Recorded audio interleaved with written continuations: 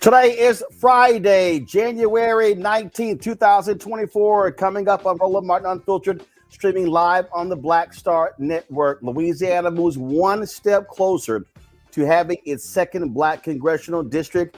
All we await is the signature of Governor Jeff Landry. We'll give you those details.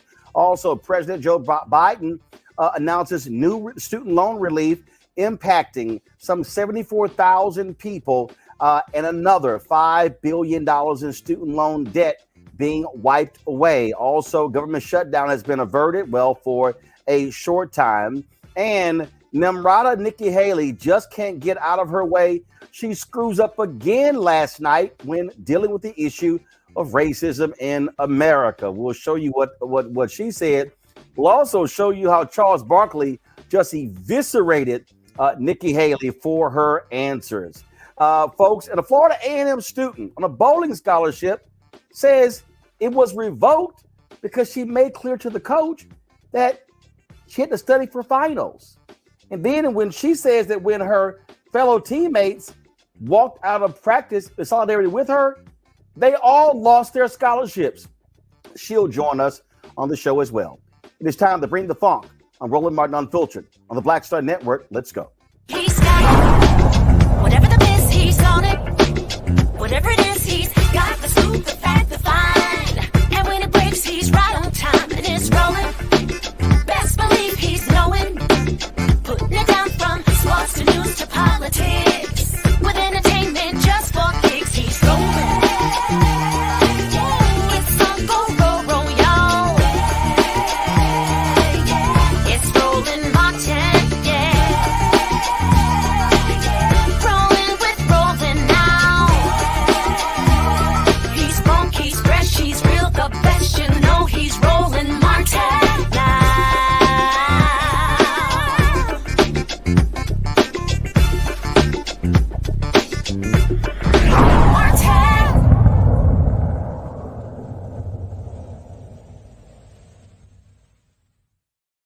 pass. Representative Boyer moves to adopt the title and moves to reconsider the vote.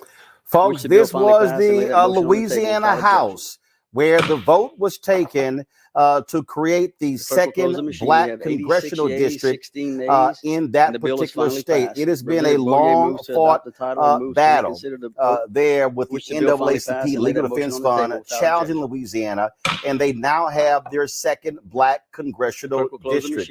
All it awaits now is the signature of the governor of Louisiana, Jeff Landry.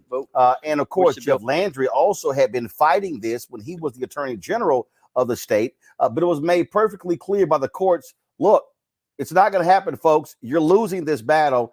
And so you had House Speaker Mike Johnson, who was trying to stop this vote from actually taking place because he knows every single vote counts there in Louisiana when it comes to representation in Congress. Now, here's the deal. This is the map right here, folks. And so what they did was they created a district linking Alexandria, linking Baton Rouge. And so putting this whole thing together. And so you have a 6-person delegation in Louisiana. You now are going to have likely 2 Democrats elected, Congressman Troy Carter, who is from New Orleans. He's the lone African-American, the lone Democrat in the delegation. Well, as a result, they now have to create this second district. This is obviously a major deal. We have seen the exact same thing take place in other parts of the country. We're in Alabama, a second black district is being created as well. And we're still waiting to see what happens in Georgia and Florida. My panel, Michael Imhotep, is the host the African History Network show, joins me out of Detroit. Matt Manning, civil rights attorney, joins me out of Corpus Christi, Texas. And Joe Richardson, civil rights attorney, joining me out of Los Angeles. I want to start with you, Matt, because one of the things that people don't quite understand and why this is really a huge deal as well is that what it requires is, and we might even see a pickup in South Carolina, when black members of Congress accept congressional lines where there are fewer African Americans. So what I mean by that is, and Reverend William Barber just sent me this text, and this was what he said. Black legislators don't need 70 to 80% black districts to win. They can win with 55 to 60.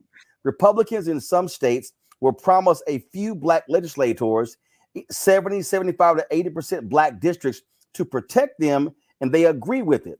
It's called stacking, packing, and bleaching. We had to fight black legislators in North Carolina when they did it, when we didn't win in 2010, which is why Republicans ended up with a supermajority. But when we went to court, we proved that the congressional maps approved in pre-clearance review at the time by the Holder Justice Department were in fact racist and a violation of the Voting Rights Act and the 15th Amendment and the 14th Amendment. The judge actually said the maps created unconstitutionally constituted legislature forced him to withdraw when they didn't. When they didn't, the courts redrew our congressional representation, which went from 10-4 Republican Democrat to 7-7, an equal split. And so that's the thing right there. And so that's what this map lays out. You pull some black folks from one district to create the second one. Now you expand your power.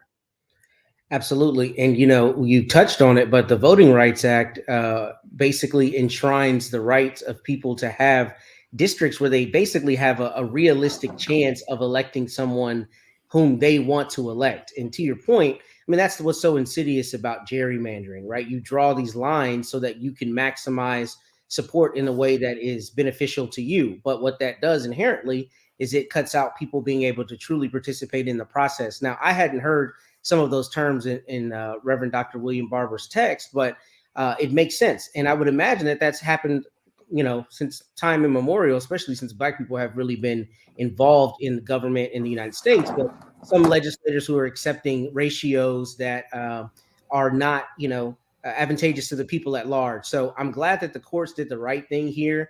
And what's sad about this is, you know, when we talk about voting rights, especially in the wake of Dr. King recognizing Dr. King, earlier this week, you know, I gave a speech about voting rights. And I said, the reality is we think about that as being something years ago. decades ago, but it is still something we're fighting now in order for your ballot to actually count. So in order to have a ballot count, you have to have a legislative district where you have a real chance of electing somebody whom you want to support you. So I'm glad that the courts did the right thing in this instance. I am interested in seeing what Jeff Landry does to try to thwart this. But the reality is this is exactly why we have to be so concerned about what happens with state legislatures, because they're the ones who draw these maps. If they don't draw these maps right, then they cut you out of the process where you get to be involved substantially. Well, the thing here, Joe, again, that's important. The governor had no choice. Look, this thing had gone all the way to the Supreme Court. It got kicked back. They tried to go back to the Fifth Circuit. They tried to get them to review it again. The Fifth Circuit, nope, not going to do it. And the Fifth Circuit is the most conservative circuit court in the country. And even they had to keep telling these white Republicans in Louisiana, just like the other district told, the other circuit told the white Republicans in Alabama, sorry, y'all lost. Y'all lost. You are simply violating the Voting Rights Act. You have to create a second district. They tried everything they could to stop this from happening, and they still lost. Joe, you on mute. Oh, boy. There you go. We're good. We're good. Okay. We're good. Said you violated the Voting Rights Act. Frankly, what's left of it? It ain't what it used to be, right? Because of the section that was allowed to be kicked at a few years ago. But even at that, this was so egregious. And I guess you can't fault them for going for the gusto, as it were, right? They're going to fight as hard as they can to try to gerrymander their way into staying in the majority, even though they're becoming outnumbered. And at least in this instance, it did not work. Fortunately, we've had the same thing happen in Alabama with the recent Supreme Court case there. And so, yeah, they had nowhere else to go as it pertains to this. The Mike Johnsons of the world and all of these folks weren't crazy about it. But here's where we are. Even after, to your point, after everything they did, they still lost. And so now we have a opportunity for people that are living in a certain area, in a certain state, Black folks in Louisiana, and there are many of them, to have a representative voice, not just one person that's stacked and packed in this one little district, because they've got to have one, and then we'll gerrymander away from them having any of the others. This creates fair representation, and it reminds you of how important voting is and always is and will continue to be. This is a victory, but the fight continues. There's no question about it. Michael, again, for people who don't understand, we talk about representation. We talk about the difference between having a Democrat in there and a Republican in there. The issues that Black folks are largely concerned with in Louisiana, you're likely going to have addressed by a Democrat than a Republican. This also is huge because when it comes to who controls the House, it may come down to 1 or 2 seats. And then the difference between that is if you have Democrats who are in power, that means that you have Congressional Black Caucus member who are chairs of committee, who have subpoena power, who control the gavel. And I don't think people understand how significant that is. And if Democrats are controlling the House, then you can take another shot at the George Floyd Justice Act. You can take another shot at passing the John Lewis Act. You can begin take shots at passing these things. But as Republicans control the House, none of that stuff is going to take place. Absolutely. And all you have to do is just look at the first year of the 118th Congress with Republicans in control. They only got 27 bills passed and haven't passed the budget yet either. We know that a third continuing resolution was just passed. I think it was yesterday, signed into law today by President Joe Biden. But this is the chaos caucus. This is huge what's taking place in Louisiana. Louisiana is 1/3 African American. We know that the first African American U.S. Senator was Hiram Rhodes Revels out of Louisiana as well. And this ties into all these things that we talk about on this show, getting bills passed in the House of Representatives, getting the Crown Act passed, getting the George Floyd Justice and Policing Act passed again, because it did pass the House of Representatives, getting the John Lewis Voting Rights Act passed again, because it did pass the House of Representatives, but also understanding how the House is related to the U.S. Senate, and understanding that is not just about the president, but it's also about when it comes to Congress and the U.S. Senate. And then when we talk about getting a budget passed, okay, the White House submits the budget, but it's the annual budget, but it's up to the 12 subcommittees in the House of Representatives and the U.S. Senate to approve that budget and change what they want in it as well. So all this is connected. So this is very important coming out of Louisiana. And not only that, this is a huge win, as I said, for the NAACP Legal Defense Fund.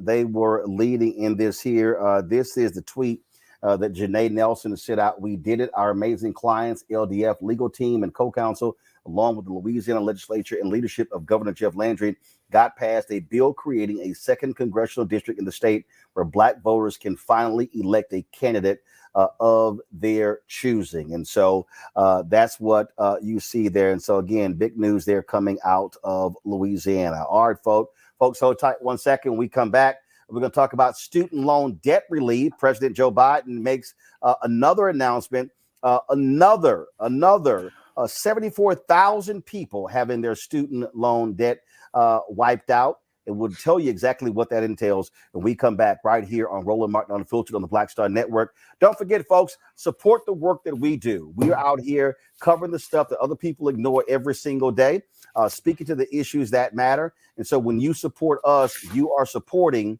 Black-owned media, where we are controlling the narrative, controlling the process. And so please, you can send your check and money order to P.O. Box 57196, Washington, D.C., 20037-0196. Cash App is $RM Unfiltered. PayPal R Martin Unfiltered. Venmo is RM Unfiltered. Zelle, Roland at RolandSMartin.com. Roland at RolandMartinUnfiltered.com. We'll be right back.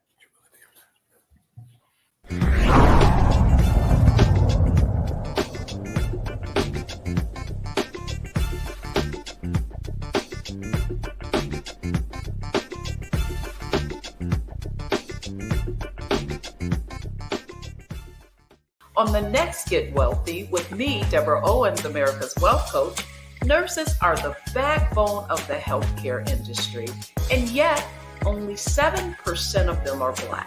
What's the reason for that low number?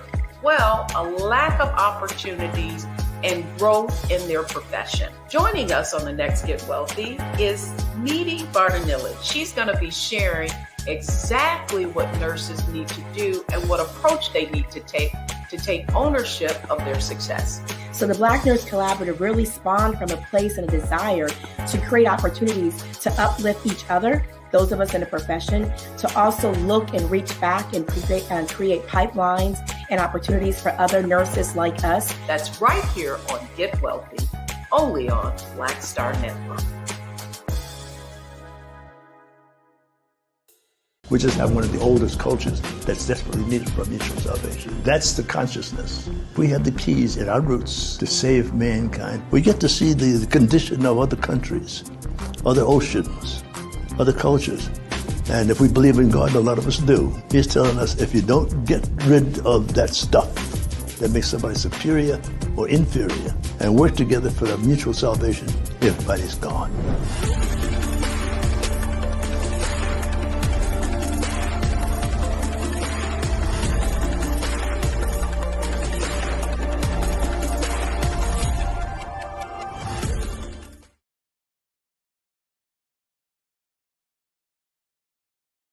We wish to plead our own cause. Too long have others spoken for us. This is an opportunity for us to be able to speak to our issues. Y'all better understand something real quick. We ain't going nowhere. It is a continual battle that we see all across this country. Revolution will not be televised. The revolution will be streamed. All momentum we have now, we have to keep this going. He makes sure that our stories are told. Roland Martin's doing this every day. You can't be Black-owned media and be scared. Hi, this is Reggie Rock Byfoot. You're watching Roland Martin, unfiltered, uncut, unplugged, and undamn believable. You hear me?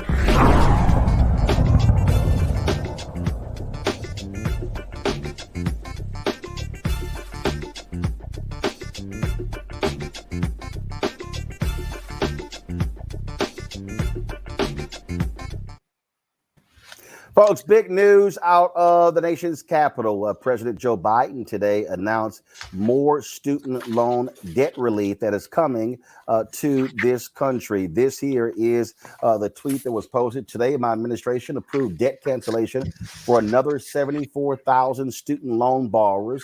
This brings the total number of people who have gotten their debt canceled under my administration to more than 7.3 million Americans.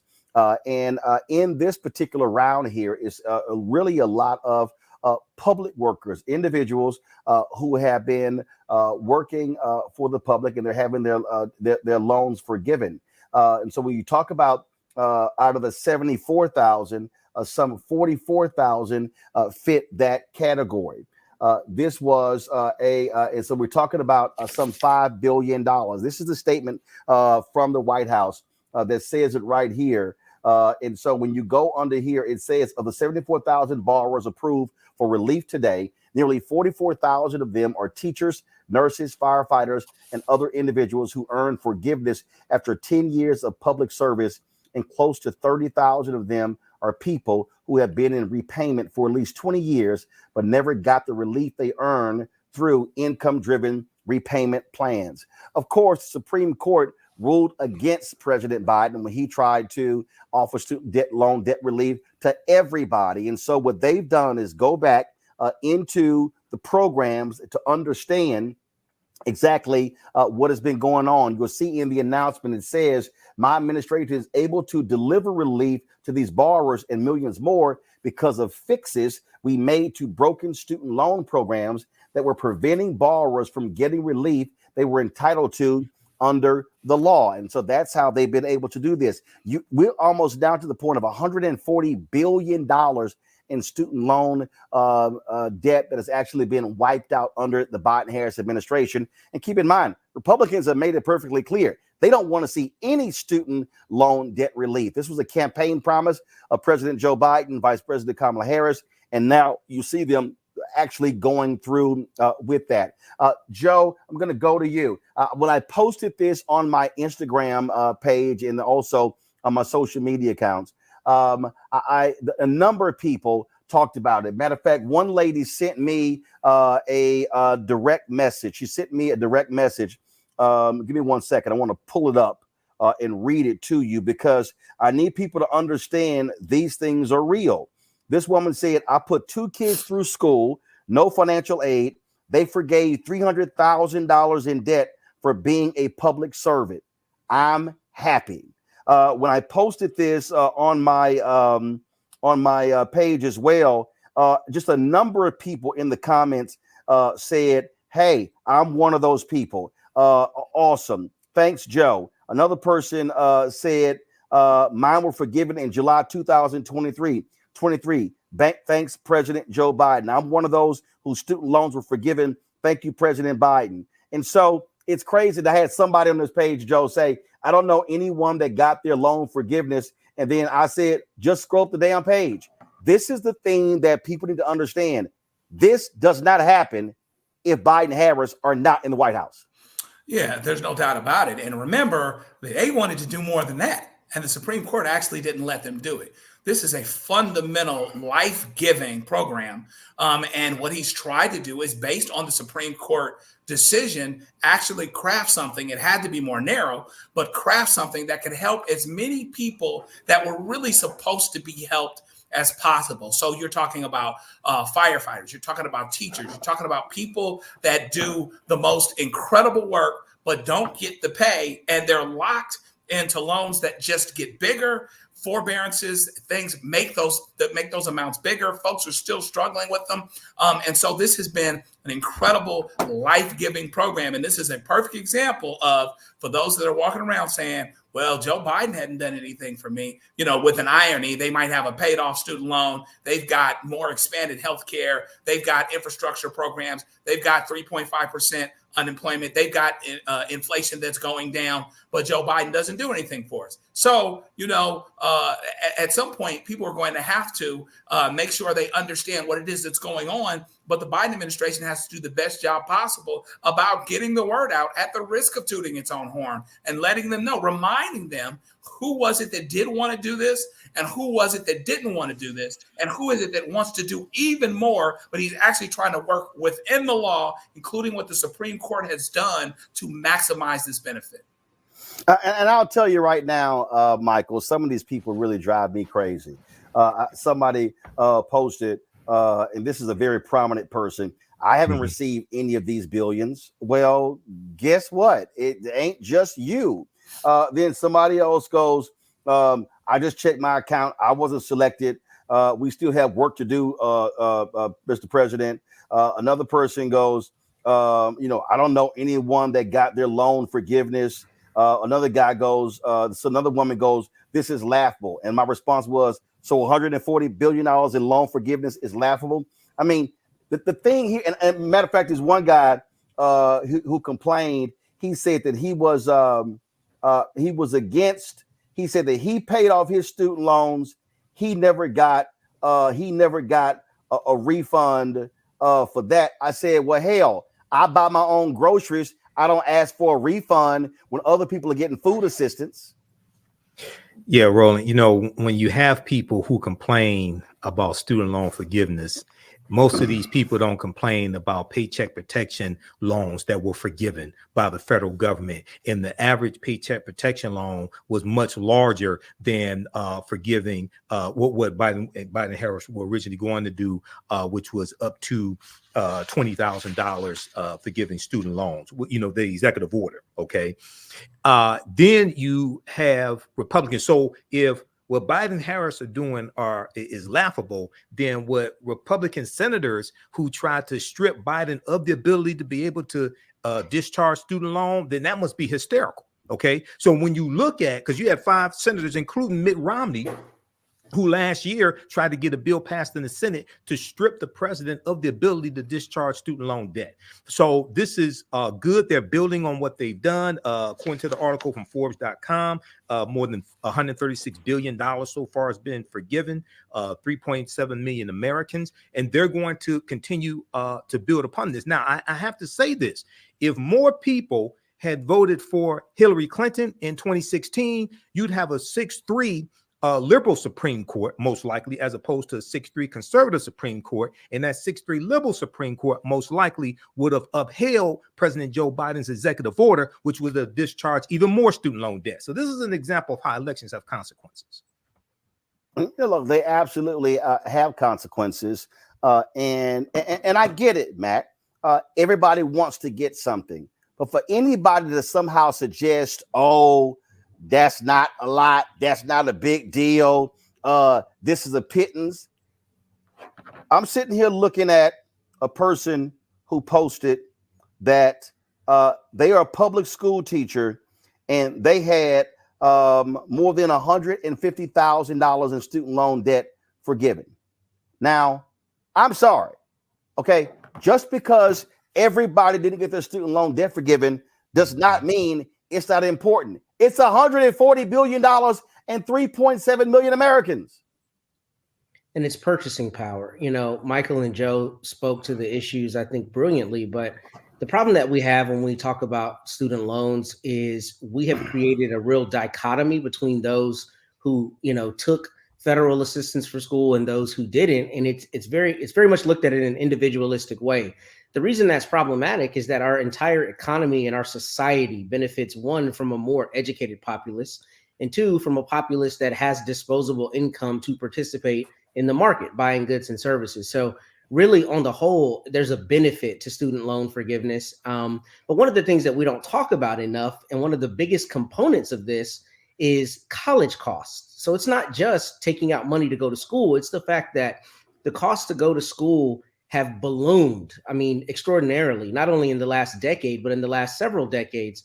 A few years ago, my middle son was born and I went to talk to my banker. I said, how much would it cost for me to send him to Howard? He said it would cost $450,000, right, in about 18 years. And the idea that my banker can look at me and tell me it will cost $500,000 for me to send my son to my alma mater is extraordinary. And the reality is that is what we're talking about when we talk about federal student loan debt against the backdrop of college costs. So I say that to say I'm elated that the Biden-Harris administration has found a way to work around the Supreme Court's decision. But we as a society have to have a larger conversation about the benefit of an educated populace, particularly as we see China and some other countries around the world as, existential threats, essentially. So the more educated we are, the better our society is. And we need to look at it from a collectivist view rather than an individualistic view. And to that end, I think, your point about buying groceries and the food stamps corollary is brilliant, because the reality of it is, there are people who are crowing about tax dollars that are going towards this, who not only won't be materially affected, but who find a way to bend over backwards to make a benefit somewhere else be okay. So I think we as a society need to see this as a benefit to all of us. And once we do that, we'll see improvements in society. And people need to understand the cost of college, the cost of a college education, that is determined on the state level. When we talk about public institutions, not private colleges, we also need to recognize, like, for all these people who love running their mouths, I need them to understand that wasn't always the case. And if you want to blame somebody who killed free college, did I just say that? Yes, folks, there are people who grew up in this country who lived in California and New York State and other places where they went to college for free. Guess who was the person who said, nah, we can't have that? It was Ronald Reagan. That's right. One of the advisors for Ronald Reagan, they said, if we allow there to be free college, we're going to have an educated proletariat. They didn't want that, folks. They did not want an educated populace. You see it right here. You will see it right here. Okay. In 1970, Ronald Reagan was running for re-election as governor of California. He had first won in 1966 with confrontational rhetoric towards the University of California public college system and executed confrontational policies when in office. In May of 1970, Reagan had shut down all 28 UC and Cal State campuses in the midst of student protests against the Vietnam War. On October 29th, less than a week before the election, his education advisor, Roger A. Freeman, spoke at a press conference to defend him. And when you look at this here, this is what Roger Freeman said. He said, point blank, he said that we are in danger of producing an educated proletariat that's dynamite. We have to be selective on who we allow to go through higher education. If not, we will have a large number of highly trained and unemployed people. And you saw, it says right here, the two most menacing institutional sources of the danger described by Freeman were obviously those two great public university systems charging no tuition, the University of California and the City University of New York. Reagan wiped out free tuition at those universities in California. And what then began to happen, we then begin to see, Michael, Joe, and Matt, we begin to see all of a sudden state legislatures begin to make cuts to higher education. As a result, universities then begin to say, we got to raise tuition. It also then became very similar, Michael, to the pharmaceutical industry. It became, wait a minute, we can jack up the prices and these folks can just keep taking out more loans to pay for the education, helping the banking system, helping the banks and all of them. And that's how you got to the point of where we are now with education being sky high, where even at public universities, it's costing $15,000, $18,000, $20,000 a year to get an education. Yeah, Roland, I read that article from The Intercept when it came out, and not just, I don't think people really understand, or some people really don't understand how devastating, how detrimental to America the Ronald Reagan administration was, the 2 years of Reagan. And even going back to when Reagan was governor of California, the reason what contributed to the high divorce rates in this country was the Family Law Act of 1969 that Reagan signed into law that allowed people to get divorced based upon irreconcilable differences. And then that spread across the country as well. That's traced back to Reagan in 1969 when he's governor of California. But something else happened very important in the Reagan administration, first term of the Reagan administration. The Heritage Foundation, right around 1980, right around 1980, they put out a book that contained 2,000 policies that they wanted the Reagan administration to adopt. And Ali Velshi talked about this a few weeks ago on MSNBC. The Reagan administration adopted 60% of those policies in the first term around Reagan. Well, the Heritage Foundation is running the same play called Project 2025, and they're putting out policies, as well as allies of Trump, putting out policies that they want a possible Trump administration to adopt in 2025. So we got to research this. All this is in the history, and all this turns on the vote. This is why voting is so important. Okay, so people have to go research this. I hope everybody goes and reads that article that you just showed. I mean, look, the bottom line here, Joe, is you have to always, and I'm a firm believer in this, you got to go back to how we got to this point. And too often that's not what we want to do. It's like, well, I don't know what happened here. And so it was by design. We have seen the gutting of public education in this country. While that was happening, we saw the de-emphasizing of the trades as well. And so now what we have in this country, we have a massive education imbalance. And so we've got a lot of people who are highly educated, who have spent a lot of money going to school, but when they go into those careers, they're never going to be able to make enough money to pay for those loans. The reality is you should not be an English major in America and you want to be a teacher and your education costs you $150,000. That is simply insane. Yeah, it's a difficult thing. Among other things, it's hard because things cost. Education costs. You want your child to have a great liberal arts education. I just got done paying for my daughter to go to Northwestern, and it was cool, but it was no joke. Me and my wife were looking at each other saying, I don't know how people do this more than once, and don't know how we did it, keeping it real. But the fact of the matter is it becomes cost preclusive to get degrees in certain educational areas because you can't come out and make the money that you need to make, even though you want to be passionate about the work that you're doing. Teachers are unappreciated. Some of the greatest, careers out there are very underappreciated from a financial standpoint. Fortunately, my daughter's able to do something that doesn't pay a lot of money, but she doesn't need a lot of money. But if she had borrowed a whole lot of money, then she'd be in a whole nother situation in a whole nother category. So it becomes very difficult and a self-perpetuating situation when education has gotten so sky high, so much so that as it pertains to certain degrees and certain things, it becomes cost preclusive. So now what do? Do you go to graduate school and get more debt potentially so that you can have a better job? You really get to be caught up in a bit of a catch-22 where basically you've been put in a box that it's very, very hard to crawl out of, as it were, and you are actually in the educated category. And now it makes people look at people getting educated and saying, well, what the heck are you doing that for? That doesn't make any sense. Now, there are other alternatives, theoretically speaking, going to the service, technical professions, which we absolutely need to encourage and support. But it shouldn't be preclusive, the cost of going to college to going to college. And so something like this that helps to equalize a bit.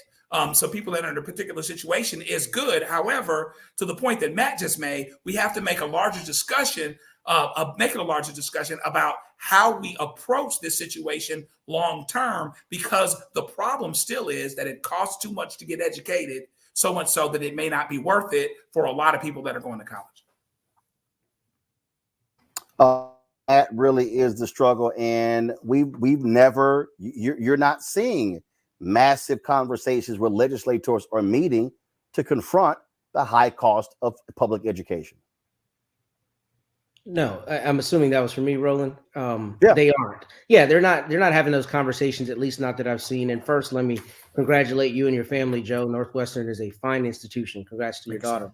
But outside of that, notwithstanding that, we don't know that they're having those conversations. And we as Americans are not having the right conversation, because we are, again, seeing it as, I saw one of the comments, someone said, "What about me?" should be our national slogan. And that's funny, because that's really the way we approach this conversation, despite the fact that not only are we not talking about college costs, and not only are our politicians not providing any real solutions to that, but the fact that you look at my generation, generations after me, and even a little ahead of me, every single student has been imbued with this story from the beginning that you have to go to college to be successful. We know that isn't true. We know you can have an extraordinarily successful career in the trades and other things. But the reality is we have imbued people with this belief that they've got to go to college. And the reality of our economy is more jobs now are requiring more education. So there is a gulf between what the market is requiring and what people are able to do, because the providers of that colleges are making costs go through the roof.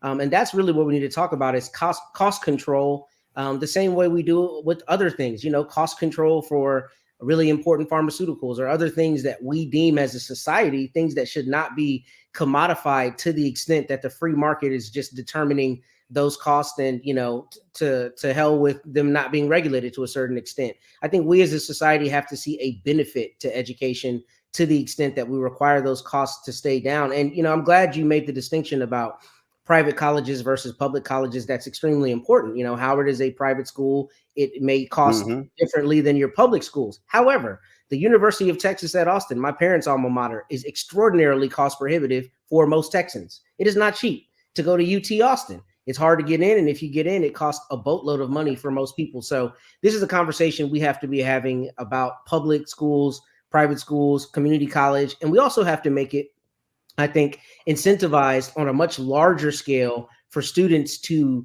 limit how much time they're spending in college through dual credit and other programs. And I know there are a lot of programs to that end, but if your high school senior can graduate with half of their collegiate time done, then you're talking about a relatively smaller amount of loans they may have to take out. But we need to be talking about democratizing education. And the last point I wanted to note is from that Ronald Reagan note. You notice he said we don't want to have an educated proletariat, right? That's very hearkening back to Marxism principles and socialism and vilifying this idea that the collective do better. And that's part of the problem. We can't look at it as an individualistic thing, rather one that rising tide lifts all boats. And there you go. All right, folks. Got to go to a break. We come back. My goodness. Y'all, Nikki Haley, Nimarata, Lord have mercy. How hard this woman creates more problems for herself than I've ever seen in my life. Wait until I show y'all what happened last night at the CNN town hall in New Hampshire. And Charles Barkley even weighed in. And we're going to tell you what Charles had to say as well. My goodness. You're watching Roland Martin Unfiltered right here on the Black Star Network. Back in a moment. Hatred on the streets, a horrific scene, a white nationalist rally that descended into deadly violence. White people are losing their damn minds. An angry pro-Trump mob storms the U.S. Capitol. We're about to see the rise of what I call white minority resistance. We have seen white folks in this country who simply cannot tolerate black folks voting. I think what we're seeing is the inevitable result of violent denial. This is part of American history. Every time that people of color have made progress, whether real or symbolic, there has been what Carol Anderson at Emory University calls white rage as a backlash. This is the rise of the Proud Boys and the Boogaloo Boys. America, there's going to be more of this. Here's all the Proud Boys, guys. This country is getting increasingly racist in its behaviors and its attitudes because of the fear of white people. The fear that they're taking our jobs, they're taking our resources, they're taking our women. This is white fear.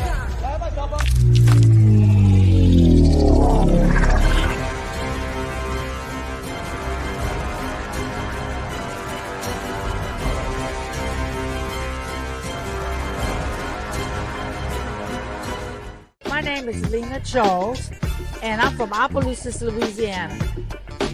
Yes, that is Zydeco capital of the world. My name is Margaret Chappelle. I'm from Dallas, Texas, representing the Urban Trivia Game. It's me, Sherry Shepard, and you know what you watch. Roland Martin on Unfiltered.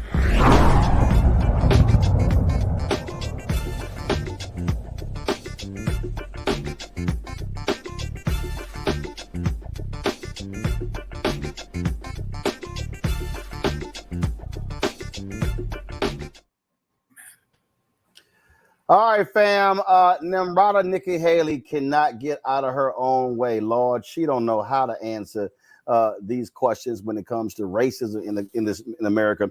Last night, CNN had a town hall in New Hampshire, and she was asked again, and Paula Nimarata screwed up the answer again.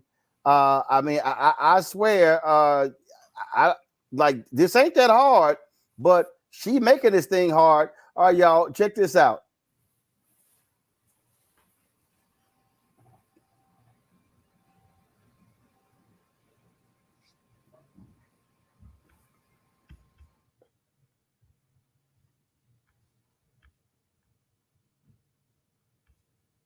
I want to ask you about a comment you made earlier this week. You said that America has, quote, never been a racist country, unquote.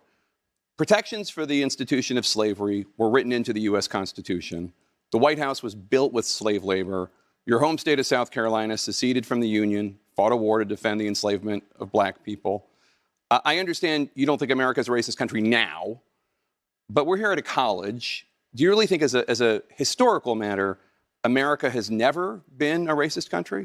I mean, think about what you're saying. First of all, I will tell you, when you look at, the Declaration of Independence, it was that, men are created equal with unalienable rights, right?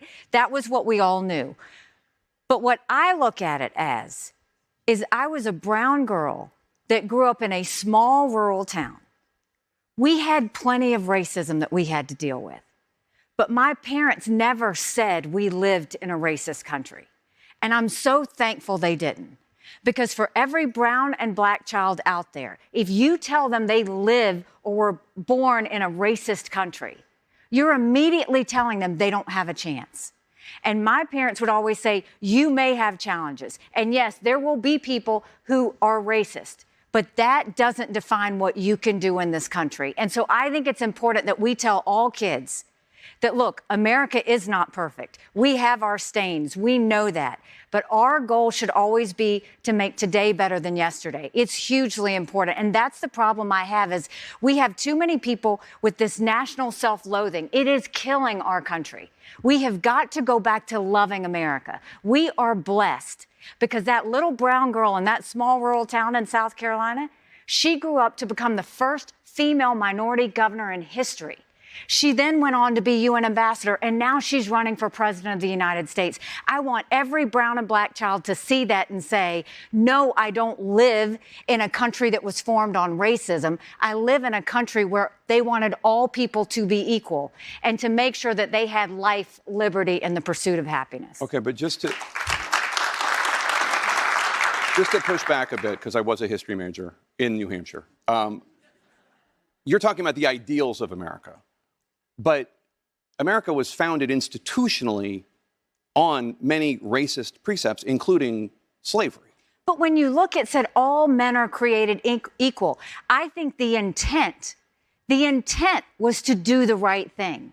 Now, did they have to go fix it along the way? Yes, but I don't think the intent was ever that we were going to be a racist country. The intent was everybody was going to be created equally. And as we went through time, they fixed the things that were not all men are created equal. They made sure women became equal too. All of these things happened over time. But I refuse to believe that the premise of when they formed our country was based on the fact that it was a racist country to start with.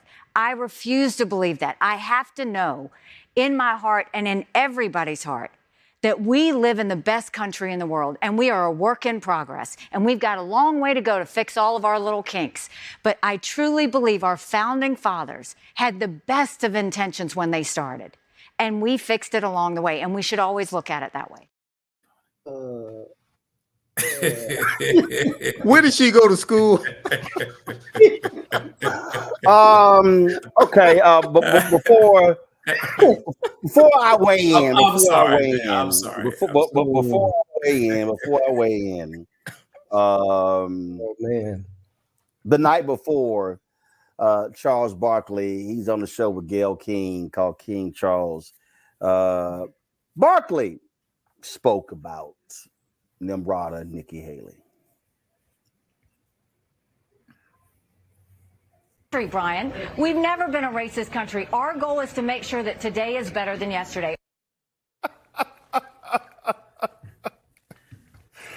We asked people out on the street about that tonight. We didn't find anyone that could agree with that. Not statement. anybody with common sense. Yeah, we didn't find anybody. Well, you know what? I've been having a hard time trying to decide who I'm gonna vote for. Mm-hmm. So Nikki Haley's the leader in the clubhouse because she was a leader in your clubhouse. Because she's 100% correct. If you forget about slavery, Jim Crow, segregation, anti-Semitism, Asian hate that's been going on in this country, America's been smooth sailing. Yeah. You know, that was. I think a lot of people were surprised. Well, by no. First of all, you can't be surprised. That was just stupid. America was built on racism. Mm-hmm. First of all, America was certainly built on slavery. Well, yeah, certainly that. Yeah. But listen, you can criticize a country. This is the greatest country in the world, but you can still criticize it. Yeah. Anybody who thinks we don't have racism, you turn on the TV every single day, there's racism. Mm-hmm. And for her, somebody who wants to be the president of the United States to say something that's stupid. And that's just stupid. Like, when you heard it, you're like, oh, can you, I wish I could go back on my TV because, you know, when some people, somebody. To rewind it to see, because you can't think that. Mm-hmm. You can't think that racism doesn't exist in this country. Like, you know, right now, like I say, America was built on racism. Like I say, segregation, Jim Crow, slavery. Yeah. Even now, we got anti-Semitism that's through the roof. Yeah. In the last couple of years, Asian people have been getting mistreated. Well, she has a town hall tomorrow night, Jake Tapper. You know what I want to do? What? Listen, I want all the black people here in New York. We're going up to New Hampshire. We're going to have the whole audience black. That's what we're going to do. And when Jake Tapper said we got a question, we're going to all raise our hand at the same time. If I could get, it's cold out here right now. If I could get. Something tells me there's not very many black people in New Hampshire, so maybe you might have to cover New York. Well, because I think that the reason she said that everything's rosy with black people, she's been in New Hampshire an hour for the last 2 months. She ain't seen no black people. All right, so I mean, here's what is so utterly illogical, is that no, if you tell a black or brown kid that America has been a racist country, you're telling them they can't succeed. No, that ain't it. You're telling them the truth. I mean, my parents were very clear. And as I studied American history, what this nation was, that didn't mean I can't succeed. That didn't mean, oh, my life is over. But what it meant was I better have an understanding of the reality. And as I then went through, matriculated through life, guess what? I encountered racism. I encountered bigotry. And so she wants to have this rose-colored view. And that stuff all sound cute and sound great until you get one of them kids who all of a sudden comes face to face with racism. Oh, my parents never told us America was racist. Nikki, you lying. Your daddy, your Indian daddy, could not get hired anywhere in South Carolina except at a HBCU. Your mama taught in public schools with black kids. Your mama made dresses, Nikki. White women wouldn't buy any clothes your mama made. Who bought your mama's dresses? Black people. She is on record as saying the house that they bought, they had it in the deed. You can't invite no black people over. You can't drink. And when you sell this house, you got to sell it back to the previous owner. Nikki, what the hell is that other than racism? But see, what this is, Joe, is this desire to make white folk feel so comfortable. And let's be real clear. The Republican Party is the party of white people. And these people don't believe in this. They don't believe in the reality of racism, and they love to live in denial when it comes to the truth. Nikki Haley didn't have to, it didn't have to be a one or another proposition.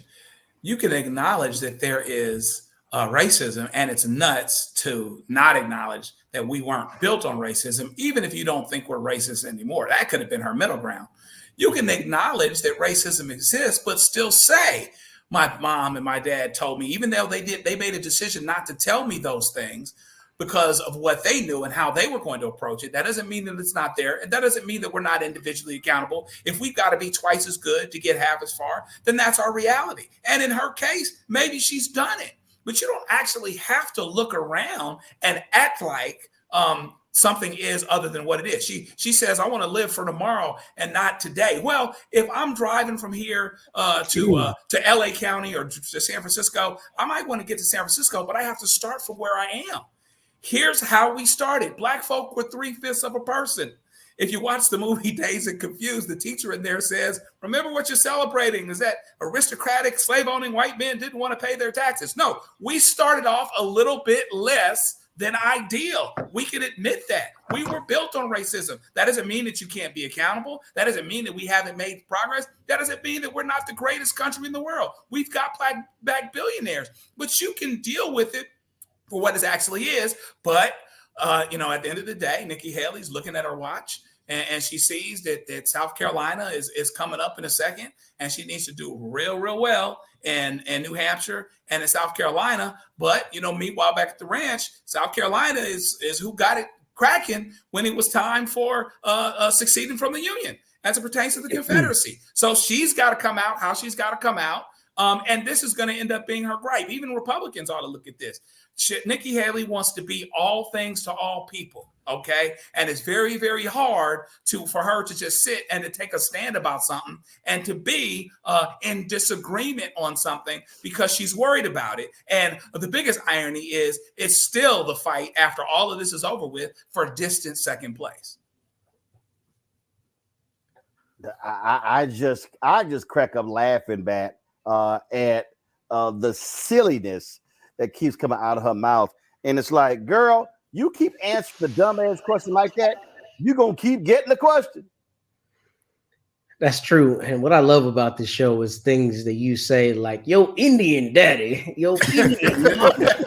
Sorry, I'm struggling to keep that one together. But I mean, you're right. They immigrated from India. Oh, no, right. You didn't say anything wrong. It was just, I love our people. Thank you for who you are. But notwithstanding that, and I saw the other brothers trying not to laugh. It was just funny. But in any event, what I think is so strange about this is from the same group of people who want to be textualists and legalists of the Constitution, which had black people original constructionists a literal fraction of a human being, right? 60% of a person to tabulate how we're going to count population in this country. So from an objective standpoint, from an originalist, textualist standpoint, the founding document of this country on which we have modeled all of our government and built our government says that the four men on this screen were not full people. So to Joe's point, how at any point you cannot say racism was part and parcel with the inception of this country and is still an integral part of this country to the extent that we're still debating birthright citizenship in 2024. See also, right, when we talk about racism, we're not just talking about out and out racism in the circumstance where I hate you because you're a certain color. We're talking about dog whistles, i.e. immigration, right? So this is a racist country. We all know that. And I think there is a way to address that and pander to white people, which is what Nikki Haley's intending to do. But you suspend disbelief and you suspend all logic when you don't call a spade a spade. And the reality is this is a racist country. What I think is brilliant, though, and insidious about this messaging is Nikki Haley, maybe unintentionally, because she's trying to appeal to Stepford wives and to the demure idea of what a white woman is, I believe, in her whole affect, how she dresses, how she talks. But the hustle here is they have found a way to conflate everything with being woke, including the truth. And the truth of this country is it's a racist country. And to Joe's point, I think she could have been truthful and then been aspirational. Yes, this country was founded on racism. However, I choose to look towards the future. You can do that and at least acknowledge what we all see as the elephant in the room. But not to do so, you're able to do so because the people to whom you're speaking, i.e. not the four men on the screen, don't want you to acknowledge that, lest you be lumped in with woke and everything that we're seeing across the country. So this is full of it, and we know that. But also, thank you for making me laugh. Bottom line is, every time that child talks, Michael, she get 2 words. Girl, bye. Yeah, Roland. I saw the videos. I posted them on my Instagram page. And first of all, in that whole, when especially Republicans have this conversation about racism or the fact, or they say systemic racism doesn't exist, they never want to define what racism is. Racism is not a feeling.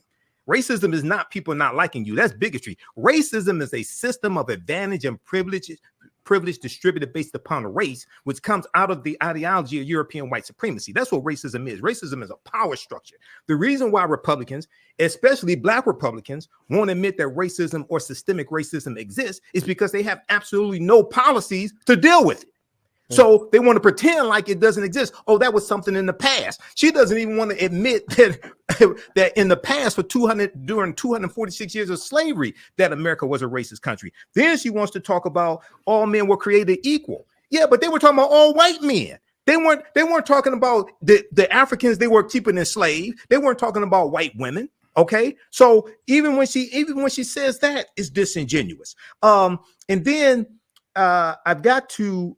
Also, I encourage people, when we talk about Article 1, Section 2, Clause 3 of the U.S. Constitution, was known as the Three-Fifths Compromise of 1787 that was debated at the Philadelphia Convention of 1787. I encourage people to read this article from theroot.com called Three-Fifths Clause, Why Its Taint Persists. It's by historian Paul Finkelman, who I've interviewed on the African History Network show, which goes deep into a deeper understanding of that Three-Fifths Clause and the debate that was taking place, because the South wanted the full population of enslaved Africans counted. The northern colonies or states were saying, wait a second, if you count the full population, that's going to give you total dominance in the House of Representatives. So some were saying, let's count 50% of the population of enslaved Africans. Others were saying, let's count 3/4. Okay, they compromised and said 3/5 because the South wanted 100% counted because they wanted full dominance. So we need to go back and really study the history and what that debate was about. From one doctor to the next. Well, did they even send my lab work? Wait, was I supposed? Requires people. Hey fam, I want you to like, share, and subscribe to our YouTube channel, youtube.com/. And I want to remind people of something. And while we were talking, I was sitting here looking at that. I just want to remind people of this. And let me set it up. One of the first, when you talk about whenever Nikki Haley run her mouth, and all these fools who say they for Trump, like today, Senator Tim Scott, he endorsed Trump. When Donald Trump was elected, one of the first bills that they took up was the repeal of discrimination in car lending. It was one of the first. I'm talking about when he became president and they control the House. It was one of the first bills they took up. Out of all the stuff you can take up, they wanted to overturn an Obama administration rule when it came to ending discrimination in auto lending. This is a flashback for those of y'all who may have forgotten. That we're making America great every day in every way. And the best way to do that is to stop talking about discrimination and start talking about the nation. We're coming together as a people in spite of what you say. Thank you, gentlemen. I yield back. Gentleman's time has expired. Members are reminded to address their remarks to the chair. The gentleman from Texas reserves, the gentlelady from California. Thank you very much. The gentleman, Mr. Kelly, please do not leave because I want you to know that I am more offended as an African-American woman than you will ever be. And this business about making America great again, it is your president that's dividing this country. And don't talk to me about the fact that we don't understand what happens on the automobile. No, I will not yield. No, I will not yell. Okay. Don't tell me that we don't understand. That's the attitude that's been given toward women time and time again. The gentlelady will suspend. The chair wishes to remind all members that they are to address their remarks to the chair.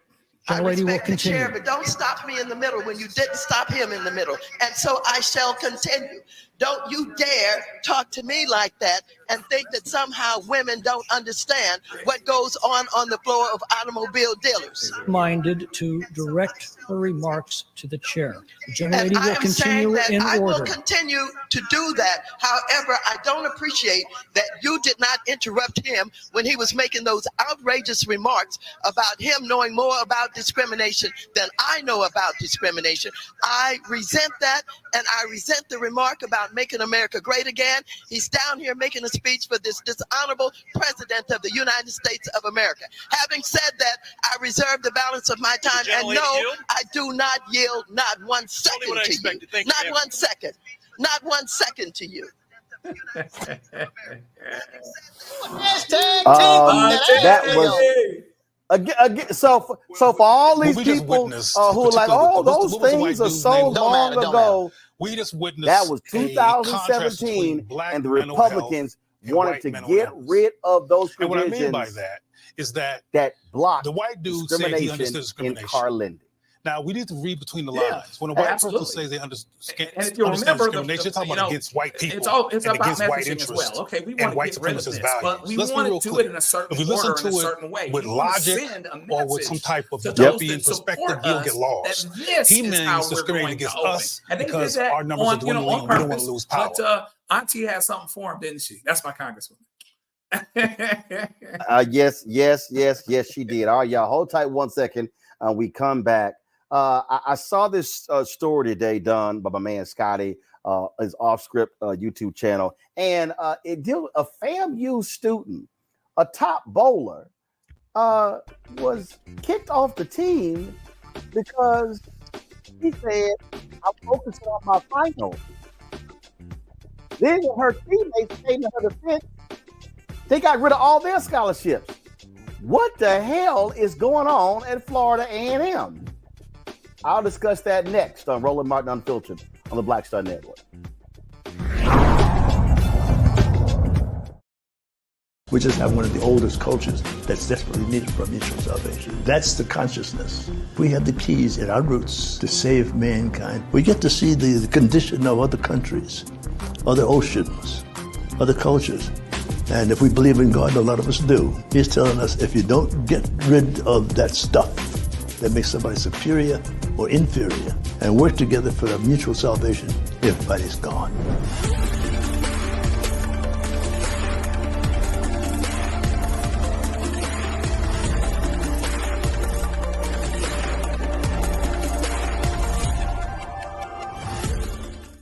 On a next, A Balanced Life with me, Dr. Jackie, we talk about a hard, cold fact. Not all healthcare is created equal in this country, especially if you're a person of color. So many of us, Black families, we rely upon each other heavily. A lot of us aren't necessarily sure how to best communicate with our healthcare providers. How to take charge and balance the scales. Your life may depend on it. That's next on A Balanced Life on Black Star Network. Next on The Frequency, we're talking about racism. My guest, Danica Moore, comes on to discuss her fight against racism that she and her daughter face. The thing about racism, you can't outrun it. You can't control it. You can't predict when it's going to happen to you or your seed. She's also going to give us solutions on how to handle the situation. That's here on The Frequency on the Black Star Network. Hey, it's John Murray, the executive producer of the new Sherry Shepherd Talk Show. And you're watching Roland Martin Unfiltered.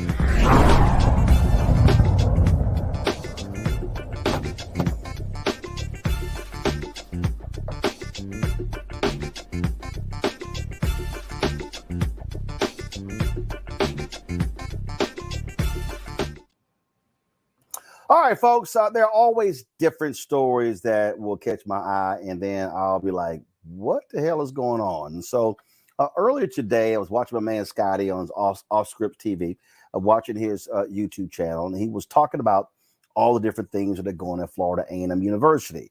Their head football coach left. The AD wanted to bring in somebody else. Alumni pushed back. Now they got a search committee, and it's like they had board of regents meetings. There's all kind of drama about what's going on at FAMU. But then he told a story about this young lady, Shamoria Johnson.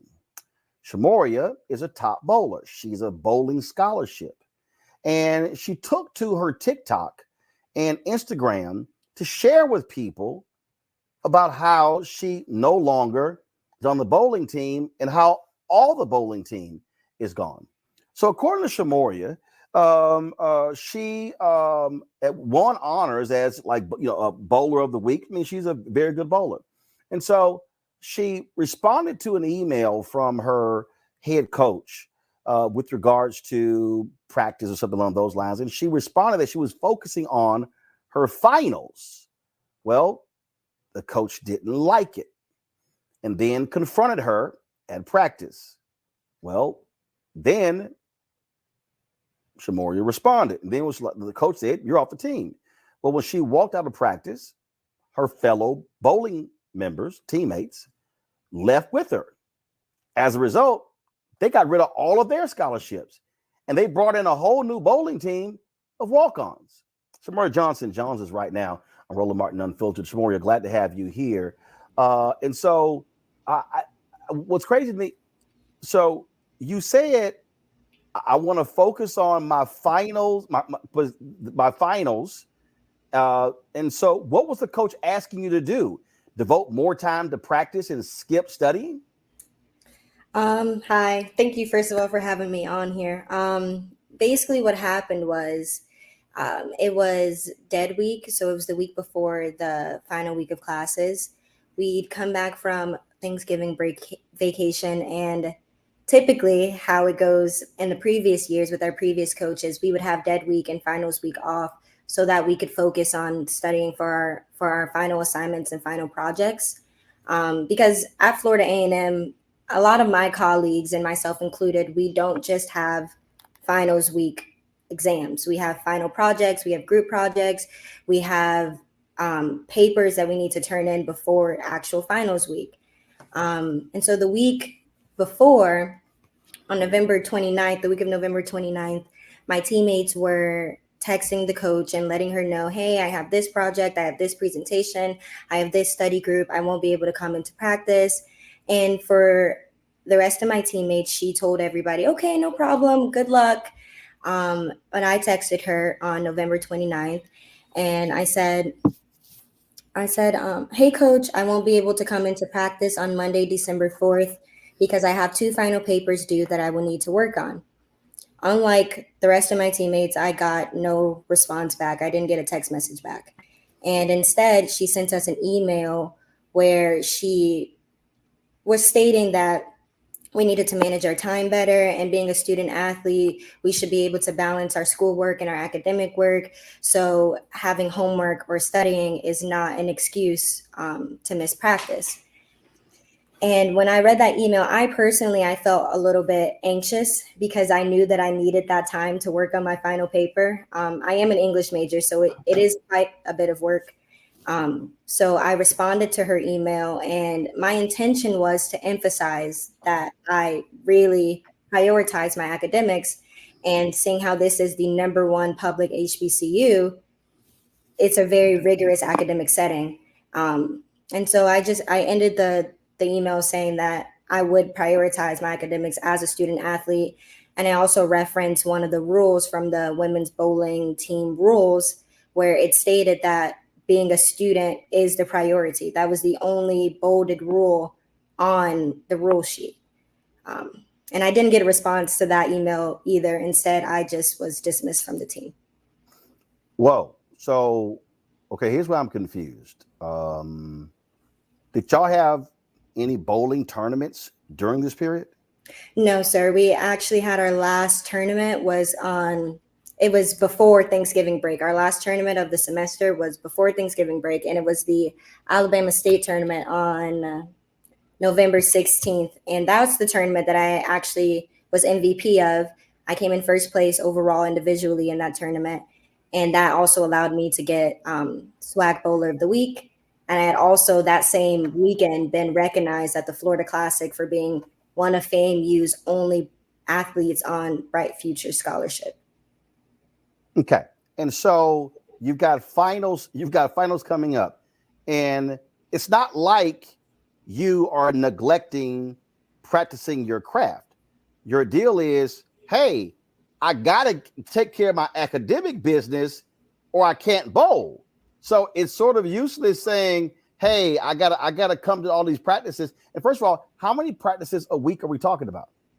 We practice Monday, Wednesday, Friday, with weight training on Tuesdays and Thursdays. And we were supposed to practice on Saturdays and Sundays as well.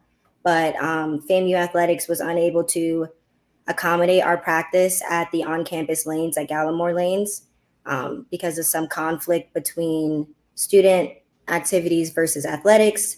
They wanted us to travel into the city to practice on Saturdays and Sundays, but our coach was unable or unwilling to provide transportation. And that is something that should be provided if we're traveling and practicing off campus. So, okay. So what you said is, hey, I can't make it to practice on Monday because I have 2 papers due. You didn't say, I'm not going to show up to weight training on Tuesday. I'm not going to show up to practice on Wednesday. I'm not going to show up to weight training on Thursday or practice on a Friday. I need Monday to finish my papers. Right. That's what I said. And I admittedly, I was really nervous about asking for that day off because I understand that like the whole idea is that I should be able to balance my academics and my athletics. And I have been able to. I have one of the highest GPAs in athletics, 3.7. I've been consistently on the athletic director honor roll. And our bowling team has the highest team GPA in athletics. So I thought that maybe if I showed her that I really you thought that was kind of important. Yeah. Okay. So all right. So and this is Coach Capri Howard, who is the head bowling coach. Bowled at I think Jackson State, has never been a coach before. This is her first head coaching job. So here's what I'm trying to understand right here. So when was the practice where the coach confronted you, said you're off, and your fellow teammates walked out with you in solidarity with you? When did that happen? Yeah, so I sent her I sent the email stuff happened on November 29th, and she texted me the next day on Thursday asking if I could come in for a meeting in her office, but it was our NCAA mandated day off, so we ended up not having the meeting. And she said she wanted to meet with me the next day after practice. So it was December 1st during practice, yeah. So she then tells you, sorry, you're off the team? Yes. I went into practice and I was really nervous for the past 2 days about meeting with her. It hasn't been the easiest to transition with a new coach, but I've been trying to do my best all semester to just kind of be happy, be there, be the energy. And I was really nervous that I was going to get in trouble, but I didn't think that I would get dismissed. And it wasn't until her boss came into practice, the senior executive for external relations, Mr. Breon Higgins. He came into practice, and that's when I knew, okay, so this is going to be a serious meeting. And they took me into the billiards room of the bowling alley, and they told me, well, Capri, Mr. Higgins didn't say anything the entire meeting. He didn't even look me in the eyes. But Capri said that I have been disrespectful all season, and that my last email was entirely disrespectful, that she no longer wishes to work with me because my energy is a cancer to the team. And yeah, I didn't. And so that happens. And then when your fellow teammates find out what happened, they leave practice in solidarity with you. Yes, because I asked her what was disrespectful and if we could have a conversation and she could clarify with me what I've been doing wrong. And she told me that sending that email in the first place was disrespectful because I had all my teammates on there, but I was only replying to her email that was a team email. Right. And that, yeah, she said that I had all my teammates on there and that I did too much and that I didn't even have to do all of that. So go ahead. I was just going to say I walked out of the room and I looked at all my teammates were looking at me and I looked at them and I was like, I'm no longer your teammate. And everybody was just really shocked and they just started packing up their stuff. And they said, well, if you have to leave practice, we're leaving practice too, because what does she mean kicking you off for sending an email without even a conversation about it? And so your fellow teammates leave out, and then they find out that all of their scholarships have been revoked. Yes. So my teammates walk out with me. And as we're walking out, Mr. Higgins calls behind us and he says, well, you guys know that if you walk out of that door, he said, if you know that you walk out of that door, then you won't get your scholarship back. We can take your scholarship away.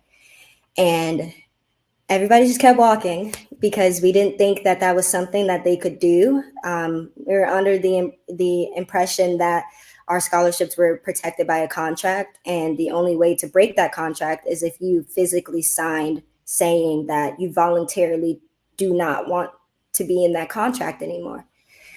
So and then they checked their portals and their scholarships weren't there anymore. And we weren't getting any clarification. We weren't getting any documentation. And before we knew it, it was winter break. So, so you come back. So are you still enrolled at Florida A&M? Yes, I'm still enrolled at Florida A&M. Part of my dismissal, Capri did say that NCAA rules is that if a coach dismisses you from the team, then you are supposed to be able to keep your scholarship for the whole year. So I'm supposed to be able to keep my scholarship for the spring.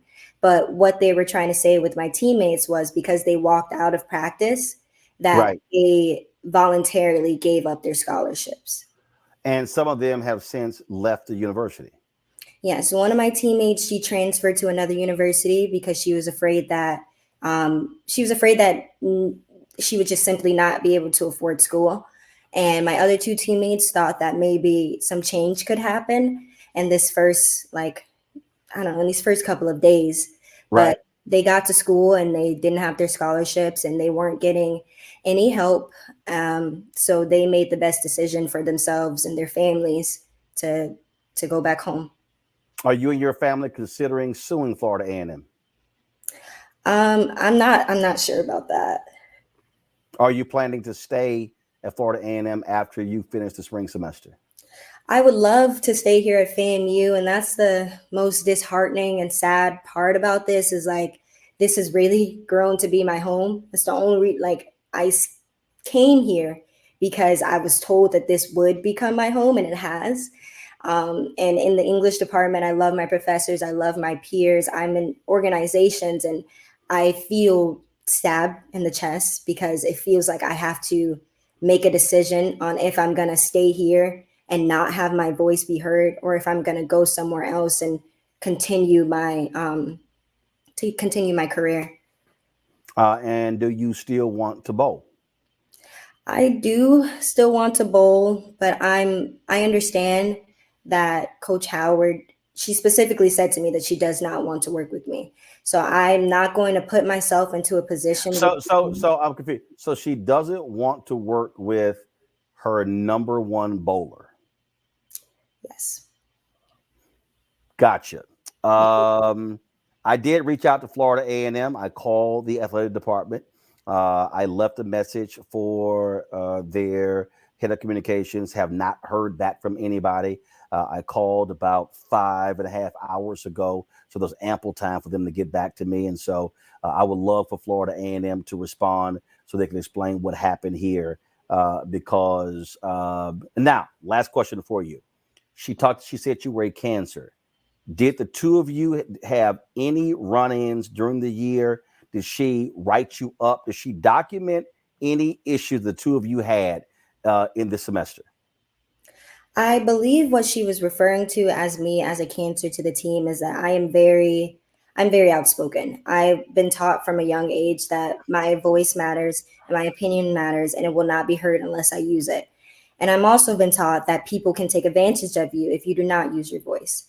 And throughout the semester, there have been a variety of incidents that has occurred throughout our teams that has been concerning from me and my teammates and our parents, that have been going unaddressed by the athletic department and by Coach Howard herself. But specifically in the past, I did have another email situation with her because she made a rule about 2 tournaments in, saying that we weren't allowed to sit down at any time during competition. And if many of you guys aren't aware of collegiate bowling, our competitions are about 8 hours long, and we don't get any official breaks in between. We get 3 minutes of transition time in between match play. So we compete against one team for a couple of hours, we get 3 minutes to transition, and we compete against another team for a couple of hours. In those 3 minutes, they allow us to take a seat, drink water, fuel ourselves with food and things like that. But Coach Howard decided that we were not allowed to sit down anymore. And she told us, she said the reasoning why was because we needed to boost our endurance. She said that we were not showing that we were athletic enough. She even went to, it's 3 minutes. Yeah. That's it. So y'all will sit down for 3 minutes, but the rest of the time you standing up. Yes. Okay. I didn't feel comfortable with that. None of my teammates felt comfortable with that. First of all, I played baseball in college, and when we came in to bat, we sat down. Yes. Matter of fact, I don't know if I'm trying to think basketball, football, volleyball. I don't know of any sport where you can't sit down. Yes, every sport you sit down. I don't.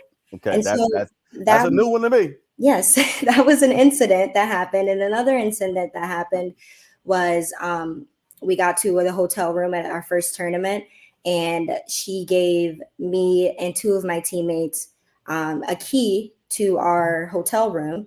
And we entered our hotel room, and there were only 2 beds there. And we told her that we didn't feel comfortable sharing a bed. And she told us that there was nothing we could do about it because the hotel was fully booked. So we would just have to deal with it. We asked for multiple things. She said there was nothing we can do about it. One of my teammates ended up having to call her mom and have the mom speak to the coach. And when her mom spoke to the coach almost immediately got us another room. So one of us would have our own bed. So I guess the hotel wasn't full. Yes. And she, after that, the same time where she initiated the no sitting down rule, she initiated another rule saying that she would no longer be speaking to parents, that she does not want to speak to anybody's parents at any instance. Don't have your parents call me, text me. Don't put your parents on the phone when you're on the line with me. So, wow. Yeah. And I take it y'all shared this with the athletic director, Tiffany Sykes, and others, this back and forth with this new bowling coach. Yes, we attempted to share it with Tiffany Sykes, but she instructed us that the direct line to speak to her would be through our sports administrator, Mr. Breon Higgins. So we were having basically bi-weekly meetings with Mr. Higgins, just trying to come to some understanding, some consensus, right, some leveling ground. And he consistently told us, along with the athletic director, that the head coach is allowed to do what she pleases, and it is not in their position to try to tell her how to run her team. So Coach Howard used that statement throughout the season. I'm the head coach. This is what I want to do. This is what I said. And when she implemented those new rules, during practice, I was supposed to have an after practice solo session with her. And in the discussion of those new rules, some of my teammates were really upset about having to stand up, obviously.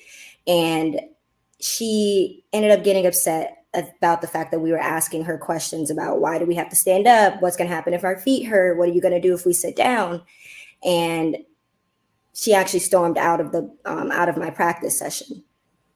So the head coach stormed out? Yes, she stormed out of my practice session, and I ended up packing up my stuff and leaving because I was like, okay, it's been about 30 minutes. I texted her and she didn't respond. So I just packed up my stuff because I was like, okay, I guess she doesn't want to practice with me. So this, I guess, is the previous incident that I have had with her personally. And we did have an email situation about that too, because she sent in the emails saying these are the new rules. If the disrespect continues, then there will be consequences. So I asked her if she could clarify what was the disrespect and what are the consequences. Are they still the same from the rules that we signed? And in the rules we signed, the order of consequences would be a written warning, study hall, meeting with the coach, and then dismissal. Got it. So well, Shamoria, all that's unfortunate. Please keep us abreast of what happens, and I would love to hear Florida A&M respond to the things that you've laid out. Good luck in your studies, and let us know what happens. Thank you. Thank you so much for having me here. Appreciate it. Thanks a lot. And again, I want to thank my man Scotty for talking about this on his show. That's why I first saw it. Folks, this here is the announcement of the head coach being hired. And this is interesting right here for me. I'm just reading the press release here, Matt. The head coach graduated from Jackson State, was on the bowling team there from 2017 to 2021, was an four-time All-SWAC member. Played a crucial role in the team's success with 3 SWAC championship appearances. After that, she pursued her master's in digital media from Valparaiso University and is supposed to graduate in May of 2024. Matt, she's never been a coach before. And listen, I'm just laying out what here. I'm not taking anybody's side, but I'm sorry, you've never been an assistant coach. You've never worked in a coaching capacity. To be the head coach is a different requirement. And so what you heard there, just what do you make of what you heard? Well, first, in terms of her being a coach, I don't know if bowling is a sport where you have to have coached previously. Hell yeah. I mean, I would imagine that's helpful, but everybody has to start there's no sport. Here's the whole deal. There's no sport. I'm sorry. I'll go ahead and say it. I don't care who you are. I don't care if you're man, woman, HBCU, PWI. You don't go from being a player 2 years ago to being the head coach 2 years later. That's like saying I was the editor of my college newspaper, and 2 years later I had the requisite experience, and I've never edited anywhere else as a professional to become the executive editor of a newspaper. That don't happen. But I digress. Go ahead. No, you could be right. And I'm saying I don't know the individual nature of bowling and if it's any different there. But notwithstanding that, I don't understand why the coach would do this. I mean, clearly there's a lot that we don't know, and I have to reserve some judgment not knowing all of the evidence. However, as she was talking to you, I remembered a bill and I looked it up, and Cory Booker actually introduced a bill a couple Congresses ago about a college student's Bill of Rights. And one of the things that was in there is exactly what I was thinking, is that, college students under that law, if it had been passed, would have had protection from retaliation for prioritizing coursework. And what I don't think makes any sense in this case is, one, for the coach to tell the other players, hey, it's okay if you can't come to practice, handle your studies. And then this one student, and I think you asked her some questions that I was thinking brilliantly, is, this one student asked, and then she has a completely different paradigm for her. That belies, obviously, that there was some kind of issue there between them, and there's an issue with fairness. But I mean, FAMU, from a legal perspective, I think may have some serious issues, particularly if there's demonstrated evidence that the football team or whomever else, when they're in a dead week or in comparable circumstances, especially in the gender context, right, are getting accommodations that she did not get. But the larger issue is, if this is off season or they're not in the midst of their season, and this young woman who has a 3.7 GPA, which is extremely hard to do as any student, let alone a student athlete, is prioritizing her coursework, and we're not in the middle of the season, it just seems to me to be creating a problem that doesn't exist for the coach. Even if her and the coach have friction, it seems like the coach is creating a potential legal issue for the school, particularly because she had a scholarship, she's high performing, and this is evidence of animus for her rather than some bona fide reason that she had to be at practice rather than, doing her coursework. So to me, it's asinine. I don't know why the coach would do this, but I think there may be a legal issue for FAMU there. Joe reminds me of when the Grambling head volleyball coach came in and said there was friction with the players, got rid of all of them. There was a huge uproar. The story went national, and that Grambling coach eventually got fired. And again, I mean, I would love to hear from the university what happened here. Look, let's be perfectly clear, and we've all been there. There are differences with coaches all the time, but I'm sorry, that's your best player on the team, and the person says, "Hey, I got 2 papers due. I gotta finish those papers." I'm sorry, not only that. The coach, she ain't even got her master's yet. She in school. Right. I mean, yeah. So you prioritize. I'm sorry, it's bowling. Okay, it's not. I'm not dissing bowlers, but what I'm saying here is this is not like, oh, we're playing in the national championship football game for $100 million. Or we're playing in March Madness where our school might earn $2 to $3 million. Okay, so if you're a coach, I'm sorry, you prioritize the academics of your students, especially if your team has the highest GPA of all athletic programs in the department, if what she said is true. Well, there's a couple of interesting things that happens here. The Bible says the gifts and the callings of God are without repentance, which means that, you can't be apologetic about the gifts that you get or that you use them. And so she has a gift. She has a gift of leadership, and it lets you know that the whole team followed her. So here's what I know right now. If I'm standing here somewhere, I'm dealing with this, somebody calls me, puts me on Roland Martin, puts me on blast.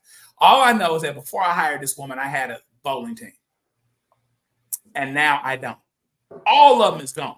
Not the one who was just the one who was the leader, who I didn't want those other ones that I didn't respect as much to follow. Not just her. All of them are gone. We don't have a team now. And yeah, to your point, it's not March Madness. It's not the Rose Bowl. It's not $100 million. They're not building stadiums or anything. However, it's incredible that this young woman does not get to prioritize academics like the others did. To Matt's point, she seems to be treating her different than she's treating others. And there's some people out there that don't like being questioned as it pertains to their authority. And this woman sounds like she might be jealous. She's certainly insecure, for sure, okay? And she's found a way to lose the entire team. For that reason only, she could be fantastic. She could be Jesus or right next to him. I could not have her on that team because I couldn't have her as the coach of that team because the whole team is gone. That's just the fact. And anytime you can't prioritize academics because of what amounted to a personal grudge by someone who's incredibly smart, but also leadership oriented, so she will lose her voice. And now FAMU doesn't have a team anymore because of that. Shoot, I could never have that. I would go out of my way if I were them to keep from getting sued. To Matt's point, bring all of those guys back and have it be just like it was, minus that coach. Michael. Yeah, Roland, they're called student athletes for a reason, because you're a student first and the athlete second. So actually, I just want to real quick, Michael. That's not what the NCAA was actually embroiled in a lawsuit, and the NCAA lawyer coined the term student athletes in order to shield them in the lawsuit. That's actually where the name came from. So they don't actually believe they're student athletes. They actually believe they are athletes who happen to be students.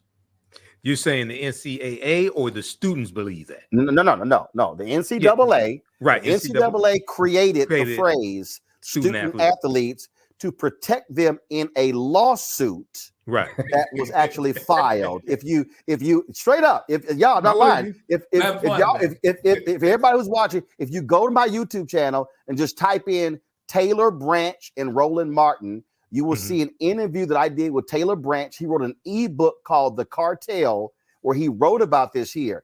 The NCAA was facing a major lawsuit, and a lawyer for the NCAA created the term student athlete in order to protect the NCAA in the lawsuit. But the reality is, in college sports, there are athletes who happen to be students. Okay, but there was no championship. The season was over. If I heard it correctly. No. Just that means the semester was over. So semester was over. I should say, yeah.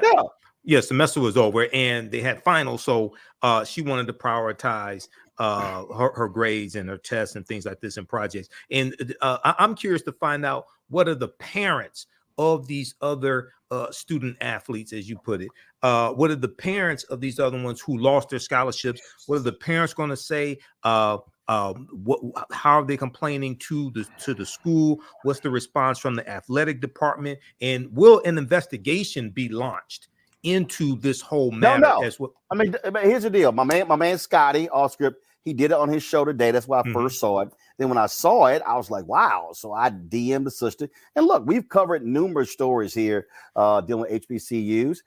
Yesterday, we just had the Spelman president talk about the $100 million gift they got. So we covered the good, the bad, the ugly. I would love to hear from those parents, but I would also love to hear from Florida A&M. And I would say this here.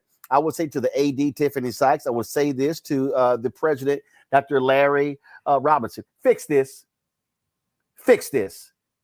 Because if you are a student athlete and you are trying to prioritize your education, and even if there are differences between players and coaches, let me be clear, there are differences between star football players and head coaches, and the head coach and the basketball players and baseball players.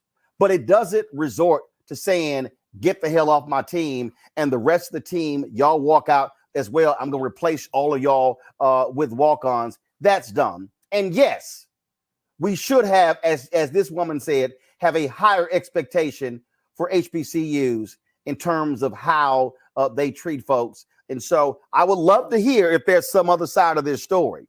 Would love to hear that. But I will say this here. And again, I don't know this woman, I have nothing against her, but I'm sorry. There is nobody, okay? Nobody who is that qualified to go from being a student athlete on a bowling team, and they finish bowling in 2021, and 2 years later, they somehow have the requisite experience to be a head coach of a bowling team 2 years later. No, you have to go somewhere and learn under somebody else and learn how to lead, how to actually manage. I'm sorry. I'm just not by. And let me be real clear. I graduated from Texas A&M in 1991, was a reporter for the Austin American-Statesman for 13 months, became a City Hall reporter for the Fort Worth Star-Telegram for 2.5 years. And then I became news director, morning anchor at a radio station, KKDA. So I had professional experience elsewhere before I became news director, morning anchor. You learn how to be a coach by working under somebody else. To me, that's the problem there. But I'm saying, going to a break. We'll be back. And I'm right here on Roland Martin Unfiltered. What is it? What we do? Join the Bring the Funk fan club. You take money, go to PO Box 57196, Washington, D.C. 20037-0196. Cash App, $RM Unfiltered. PayPal, R Martin Unfiltered. Venmo is RM Unfiltered. Zelle, Roland at RolandSMartin.com. Roland at RolandMartinUnfiltered.com. We'll be back in a moment.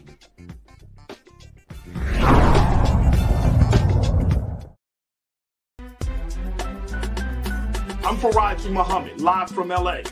And this is The Culture. The Culture is a two-way conversation. You and me. We talk about the stories, politics, the good, the bad, and the downright ugly. So join our community every day at 3 p.m. Eastern and let your voice be heard. Hey, We're all in this together. So let's talk about it and see what kind of trouble we can get into. It's The Culture, weekdays at 3, only on the Black Star Network.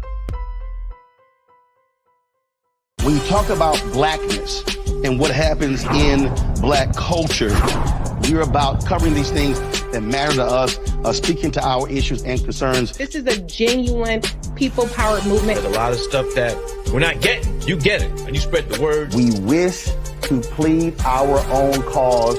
Too long have others spoken for us. We cannot tell our own story if we can't pay for it. This is about covering us. Invest in black-owned media. Your dollars matter. We don't have to keep asking them to cover our stuff. So please support us in what we do, folks. We want to hit 2,000 people, $50 this month, raise $100,000. We're behind 100,000, so we want to hit that. Y'all money makes this possible. Check some money orders. Go to P.O. Box 57196, Washington, D.C. 20037-0196. The Cash App is $RM Unfiltered. PayPal is R Martin Unfiltered. Venmo is RM Unfiltered. Zelle is Roland at RolandSMartin.com.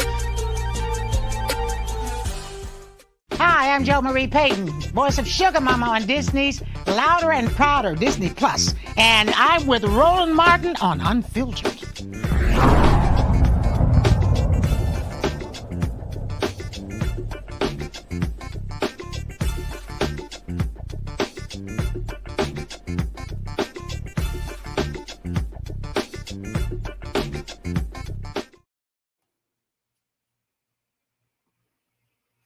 All right, folks, the continuing battle between Israel and Gaza continues, and there's no letting up. President Biden and Benjamin Netanyahu, the Israeli prime minister, had their first phone call the other day, the first time in 26 days.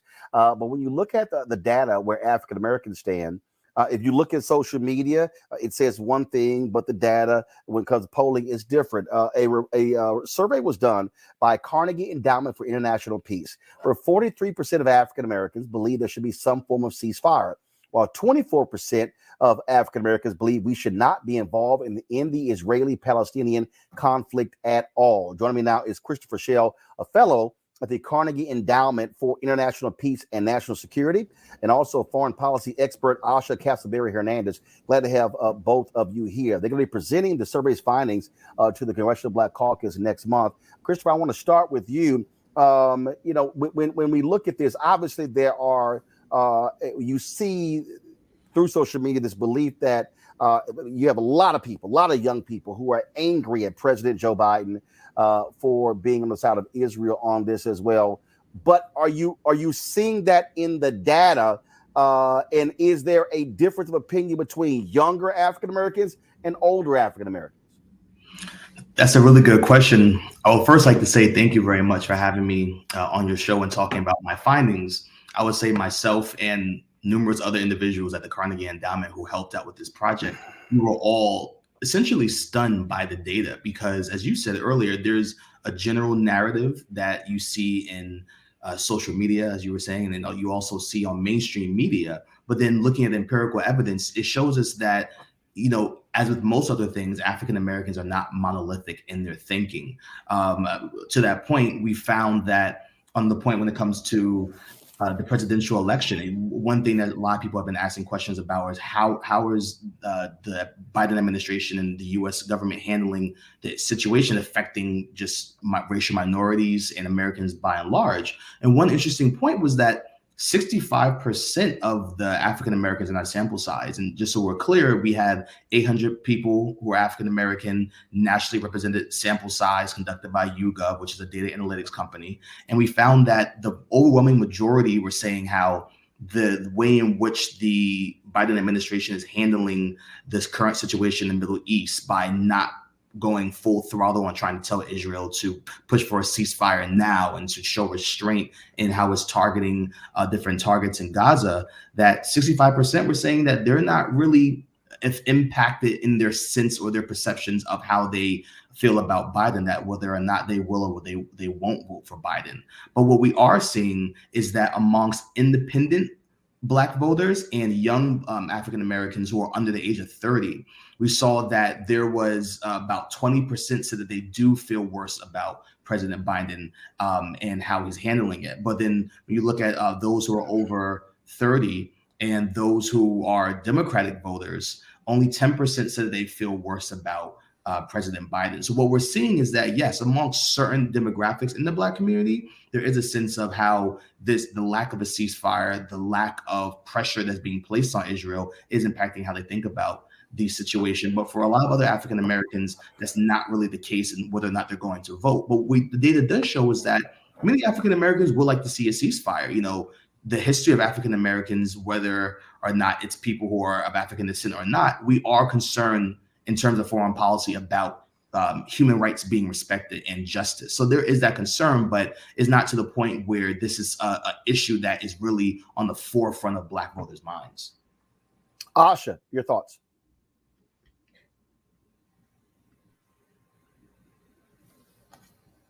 Asha, your thoughts?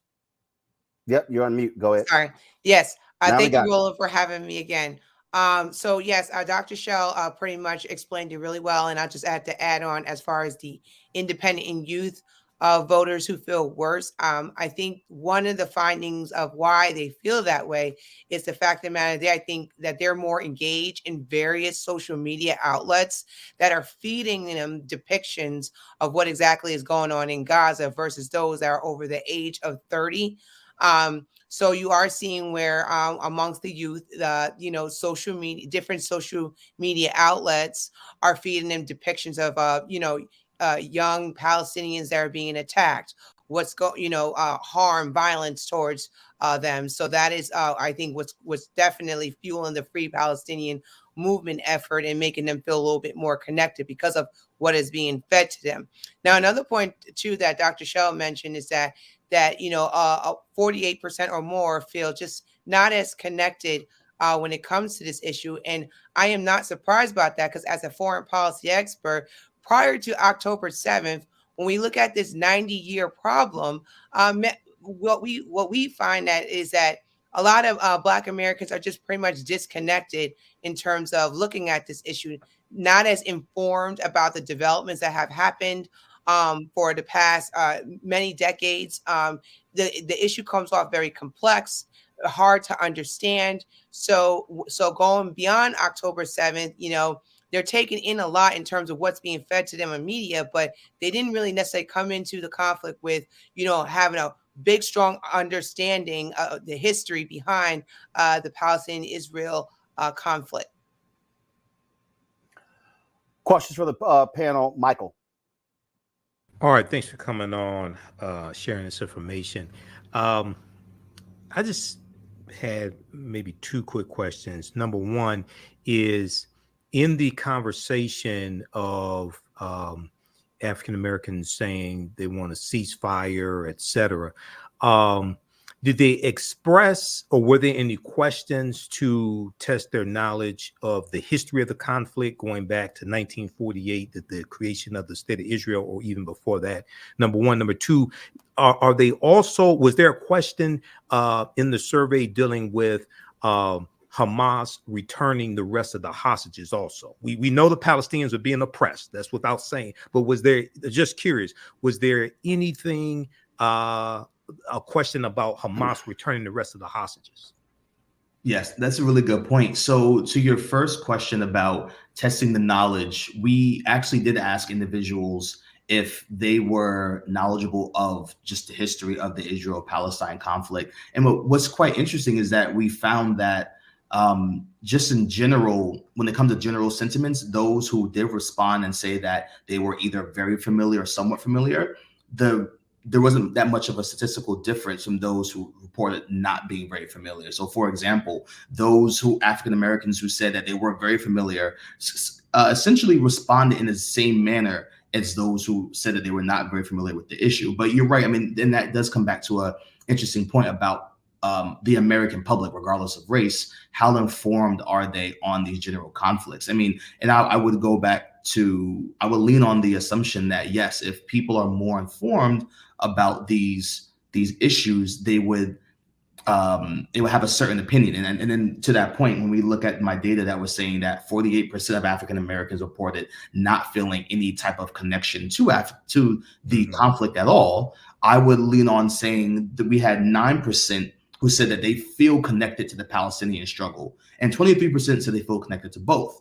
And I will go out and say that, yes, I believe that what you do see, like what you're seeing from a lot of our universities, what you're seeing from different educated or the Black intelligentsia, having this, I guess, deeper understanding or knowledge of the somewhat parallels of the Palestinian struggle and African American struggle might lean someone to kind of lean towards or have a certain view on the topic. Now, to your second question about returning hostages, we did not ask that. And to be clear, this was fielded at the end of October, so I know that there's been rapid developments since the survey was conducted, but we didn't ask about returning hostages. We were trying to just try to get like a quick snapshot and not really inundate our respondents with too much information, but that would be something that would be interesting for a follow-up survey. All right, thank you. Matt? Thank you, Dr. Shell and Asha as well. I think Michael kind of touched on this, but my question was really, what do you think contributes to the phenomenon that, Black people who answered in this survey felt more connected to the Israeli faction of this conflict as opposed to Palestinians? And the other question I had for you is, what do you think contributed particularly to the feelings of young voters as it relates to Biden? Was it, what did you get from that data? Just the idea that they felt he's not handling it correctly, or the administration is not messaging correctly? What were your takeaways from that data point? For sure. I mean, and that was also fascinating as well, going through the data points, seeing that 19% of those felt just connected to the Israeli conflict. So 9% said they felt connected to the Palestinian struggle. 19% said that they felt connected to just the Israeli struggle, and 23% said both. So when you combine those in our sample size, those who felt a bit more connected to the Israel struggle was higher than the Palestinian. So I think this is a fascinating finding. And if I had to just really quickly say some things I think that added to it, I think the first thing would be that, one, there is a religious element that needs to be accounted for. I've been sharing and talking about these findings quite a bit with several individuals around Washington, D.C. And then people have said to me that in parts of Black America, maybe in the American South, or just in like the more religious circles, there is this believing that this is actually a conflict that's biblical, and that we need to align with Israel in this fight. I think there's also another element of just this sense of, like Hamas has initiated this conflict. Like, this conflict started with October 7th, and they are terrorists. And I think in many ways it does harken back to many African Americans who do remember that 9/11, and that, yes, this is similar to the United States fight against terrorist groups. So there is a feeling that, okay, what's happening right now, this is something that is parallel to what we experienced on September 11th in our long war on terror as well. So I think that plays a role in what we're kind of seeing in these findings. And I apologize. Yes, the second question you were asking about age. So for sure, I think Asha touched on it as well. What really is playing a role is, I think, when it comes to age, there also is the education factor. What are people receiving? What are their outlets for information? And I think if you tune into mainstream media versus if you tune into social media, in this case, it would be Twitter in particular, you're taking in different streams of information. And I would definitely say that just in general with the Biden administration, when he first came into office, there was a heavy emphasis on moving away from endless wars and moving more towards human rights. And I know that was really what he kind of highlighted when he first started. And then obviously that somewhat got a little bit sidetracked. You had the war in Ukraine, tensions with China. But I think a lot of people are seeing, I think now my numbers could be off, 20,000 Palestinian deaths. So for some individuals, they might be thinking, okay, focus more on human rights, move away from endless wars. And we're actually kind of seeing where not only are we highlighting, or not only are we looking at civilian deaths, but we're somewhat inching towards a regional conflict. And that's something that I would like to just also mention really quickly as well. We also asked a question about, would you be supportive of sending troops to the region if the conflict spiraled into a broader war? And this is a question that my research has covered, and a lot of interest has been around about how African Americans think about the use of force abroad. The thinking on this amongst African Americans is long-standing about African Americans compared to other racial groups are not very supportive of the use of force abroad. But what's quite interesting is that a third of our respondents said that they would be willing to send U.S. troops to the region if other nations stepped in, or if, for example, Iran stepped in and attacked Israel. All right, Joe. Research and for this survey, the risk of asking something that may be similar to kind of what you've answered before. What do you think this says about the evolution of Black thought?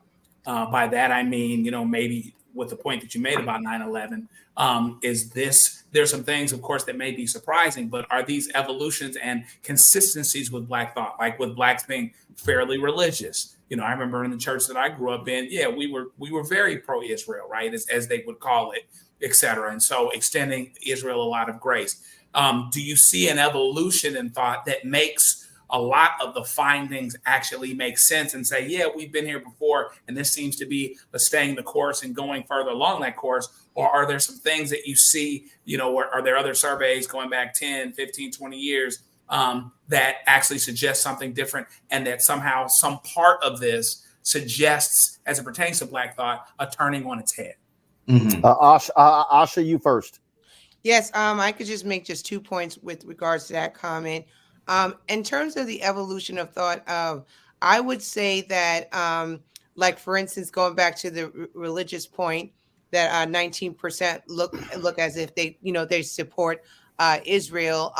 I'm not surprised with that. I think that's trending into that aspect. So there's not necessarily an evolution, just more of a pattern. Like, for instance, when I think you had many Black religious figures just recently signed a letter saying we support a ceasefire, and they actually, and it was with Leah Tawdry, and many of them actually visited the White House. They felt that this was their time to necessarily get in, and because of the fact that the historical background, how they feel and how this is looked upon as a religious connection or background to it. So, but I will say too, that's a little bit off the thought of it. But what we have to think about too, when it comes to the evolution of it, is looking at COVID all the way up until October 7th. So since COVID-19, you start to see overall, even in the Black community, a lot of comparative politics when it comes to foreign policy, where a lot of Black Americans kind of said, okay, why are you giving assistance to Ukraine or Israel? You're not taking care of us at home. So there's a lot of that going on too as well. That's, I think, part of the evolution in terms of how you look at it, before COVID or before 2020 and now. So that kind of also feeds into the perspective as well. And then last but not least, in terms of 1/3 of Black Americans supporting security, especially if we engage with Iran, I'm actually not surprised at that, because Black people have a history of being very committed to our national security, because we have served in every single war since American Revolutionary War. So national security U.S., although sometimes we come off as not informed, we still have a commitment, especially when it comes to where our national security is at stake, that we have to make a stance on, do something about it. So that to me is a pattern. Then just for those, it might be something new. Christopher, go ahead.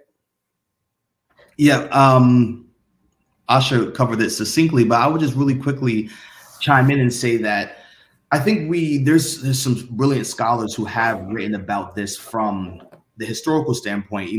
Right now, what we're doing at Carnegie when it comes to like really trend tracking with empirical data, African-American public opinion is just fairly new. So hopefully down the line, 30 years down the line, we'll be able to have a trend set, because we're doing this, on a yearly basis. But what I will say is that we have seen from just the historical record in African-American writing that attention and opinion on this conflict has ebbed and flowed. So we saw there were flashpoints in the 60s. So even in the 1960s, you had Black Panther Party, Malcolm X, and in the 80s you had Jesse Jackson come out in support of the Palestinian struggle, the PLO. At the same time, you had Bayard Rustin. You also had Walter White, who were also in favor of supporting Israel. So even historically, we've seen these flashpoints where you see on both sides of the aisle opinion towards supporting Israeli nationhood and supporting a Palestinian state in the lives of both groups of people. So I think what we're actually seeing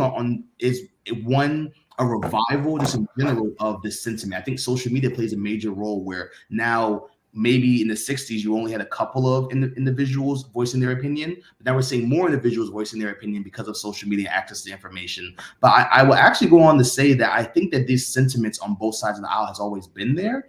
I think now with just the advent of technology, they're more pronounced. All right, Danny. Christopher and Asha, I certainly appreciate both of y'all being on today's show. Thanks a lot. Thank you. All right, we appreciate it. And again, Matt, Joe, Michael, thanks for being on the show as well. I appreciate it.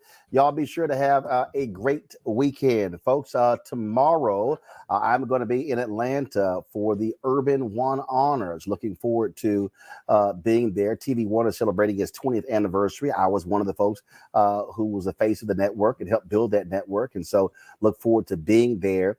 And then next week I'll be broadcasting from Florida Monday, Tuesday, and Wednesday. So we'll still be bringing the funk. Folks, support us in what we do. Your dollars are critically important for us covering the issues that matter that mainstream media is going to ignore. So you can join the Bring the Funk fan club by sending your check and money order to P.O. Box 57196, Washington, D.C. 20037-0196. Cash App, $RM Unfiltered. PayPal on Martin Unfiltered. Info is RM Unfiltered. Still rolling at RolandSMartin.com, rolling at RolandMartinUnfiltered.com. You can, of course, download the Black Star Network app, Apple phone, Android phone, Apple TV, Android TV, Roku, Amazon Fire TV, Xbox, Samsung Smart TV. You can also support us by getting my book, White Fear, How the Browning of America is Making White Folks Lose Their Minds, available at bookstores nationwide. And folks, if you have not seen the promos, we have our Rolling with Roland interview with the great Lou Gossett Jr., folks. We had a fabulous conversation with Lou, Oscar winner, talked about his long history in Hollywood, a fascinating conversation. You do not want to miss it. So go to the Black Star Network app, or you're going to wait for the restream of the interview. You can also go to our YouTube channel as well. And so it's really great. Folks, that's it. I'll see you guys on Monday right here on Roland Martin Unfiltered on the Black Star Network. Holla!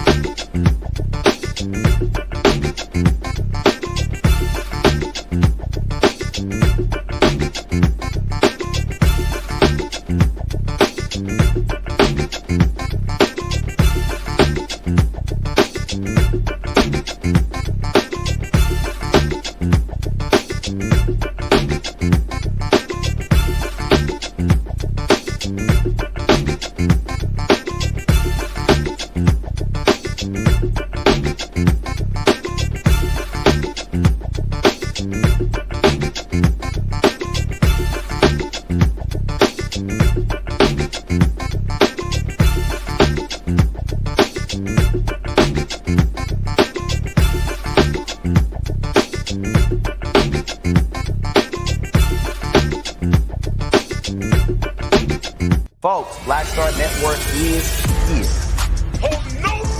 I'm real revolutionary right now. Support this man, Black Media. He makes sure that our stories are told. Thank you for being the voice of Black America, Roland. Stay black. I love y'all. All momentum we have now, we have to keep this going. The video looks phenomenal. See, there's a difference between Black Star Network and Black-owned media and something like CNN. You can't be Black-owned media and be scared. It's time to be smart. Bring your eyeballs home. You dig?